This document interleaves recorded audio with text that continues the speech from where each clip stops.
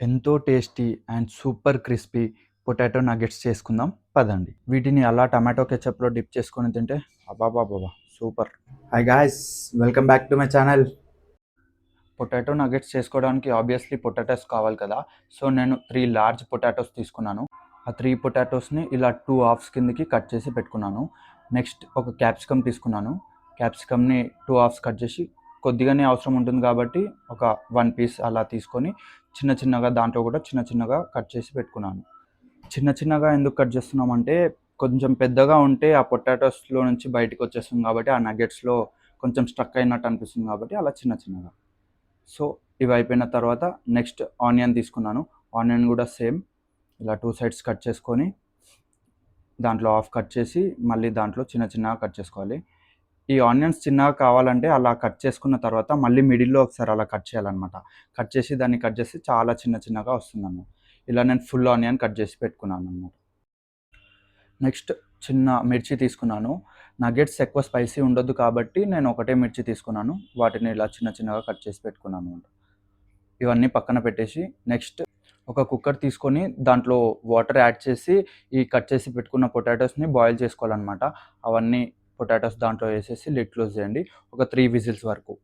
And అవి boil అయిన తర్వాత దాన్ని పీల్ ఆఫ్ చేసేసేయాలి. దాని పొట్టు మొత్తం తీసేసి ఒక బౌల్‌లోకి యాడ్ చేసుకోవాలి అన్ని పొటాటోస్ యాడ్ చేసుకొని ఇలా స్మాష్ చేసుకోవాలన్నమాట. నేను పప్పు గుత్తితో స్మాష్ చేసుకున్నా మొత్తం. ఇలా మొత్తం స్మాష్ చేసుకున్న తర్వాత ఆల్రెడీ కట్ చేసి పెట్టుకున్న ఆనియన్స్‌ని యాడ్ చేసుకోవాలి దాంట్లో. Onions and next capsicum and next మిర్చి అన్నమాట. మనం కట్ చేసి పెట్టుకున్న మిర్చి కూడా దాంట్లో యాడ్ చేసేసేయాలి. ఇవన్నీ యాడ్ చేసిన తర్వాత ఒక టేబుల్ స్పూన్ కారం అండ్ కొద్దిగా salt and 1 table spoon coriander powder. వీటితో పాటు కొంచెం ఆరిగానో అండ్ కొన్ని చిల్లీ ఫ్లేక్స్. ఈ చిల్లీ ఫ్లేక్స్ ఇవన్నీ యాడ్ చేసుకొని బాగా మిక్స్ చేసుకోవాలన్నమాట. ఇలా చూపించినట్టు మొత్తం అదంతా మిక్స్ అయిపోయేటట్టు మిక్స్ చేసుకోవాలి. నెక్స్ట్ కొద్దిగా కొరియండర్ యాడ్ చేసుకోండి. కొరియండర్ యాడ్ చేసుకొని మళ్ళీ ఒకసారి దాన్ని బాగా మిక్స్ చేసుకోండి. ఇలా ఒక 1 మినిట్ వరకు బాగా మిక్స్ చేసుకున్న తర్వాత వాటిని కొద్ది కొద్దిగా తీసుకొని నగ్గెట్ షేప్‌లో తయారు చేసుకోవాలన్నమాట మనం. ఇలా చూపించినట్టు నగ్గెట్ షేప్‌లో తయారు చేసుకోవాలి. నేను నగ్గెట్స్‌లో తయారు చేసుకున్నా కానీ మనం సర్కిల్‌లో కూడా బాల్స్ లాగా కూడా చేసుకోవచ్చు. సో, నగ్గెట్స్ ఈజీ ఉంటుంది కాబట్టి నేను నగ్గెట్స్‌లో చేశాను. ఇలా మొత్తం అన్నీ రెడీ చేసి పెట్టుకోవాలి. నెక్స్ట్ ఇవి పక్కన పెట్టేసి బ్రెడ్ తీసుకోవాలి.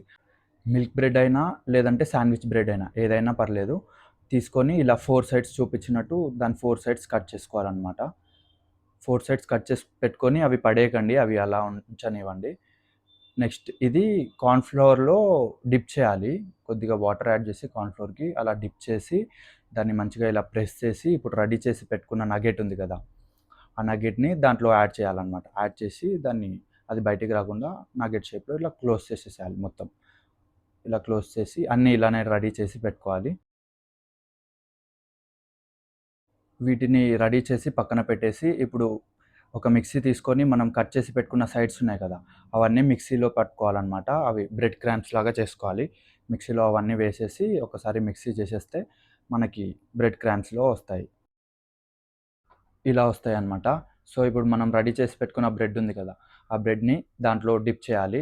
మంచిగా దానికి ఆ బ్రెడ్ క్రమ్స్ అన్నీ అతుక్కుపోయేటట్టు మనం దాంట్లో మొత్తం ముంచేసేయాలన్నమాట. ముంచేసి అన్నీ అలానే రెడీ చేసి పెట్టుకొని ఇప్పుడు ఒక పాన్ తీసుకొని ఆయిల్ హీట్ చేయాలి. బాగా హీట్ అయిన తర్వాతనే మనం ఈ నగ్గెట్స్ అన్నీ దాంట్లో డీప్ ఫ్రై చేసుకోవాలన్నమాట. Deep fry in the sense బాగా మాడిపోవద్దు. కొద్దిగా గోల్డెన్ బ్రౌన్ వచ్చే వరకు ఒక 1 మినిట్‌లో రెడీ అయిపోతుందన్నమాట. 1-2 మినిట్స్. డీప్ ఫ్రై ఎందుకు వద్దు అంటున్నా అంటే ఆల్రెడీ మనము పొటాటో బాయిల్ చేసి దీంట్లో యాడ్ చేసాం కదా! అందుకోసమే డీప్ ఫ్రై అవసరం లేదు. కొంచెం గోల్డెన్ బ్రౌన్ వచ్చే వరకు ఫ్రై చేసుకుంటే సరిపోతుంది. ఇలా గోల్డెన్ బ్రౌన్ లాగా రావాలన్నమాట. ఇలా వస్తే సరిపోతుంది. అంతే గాయ్స్, చాలా ఈజీగా ఉంది కదా! అండ్ టేస్టీగా కూడా ఉంటుంది. సో, ఒక్కసారి మీరు ఈవినింగ్ స్నాక్స్ లాగా ట్రై చేయండి. You will definitely love it. Thank you for watching.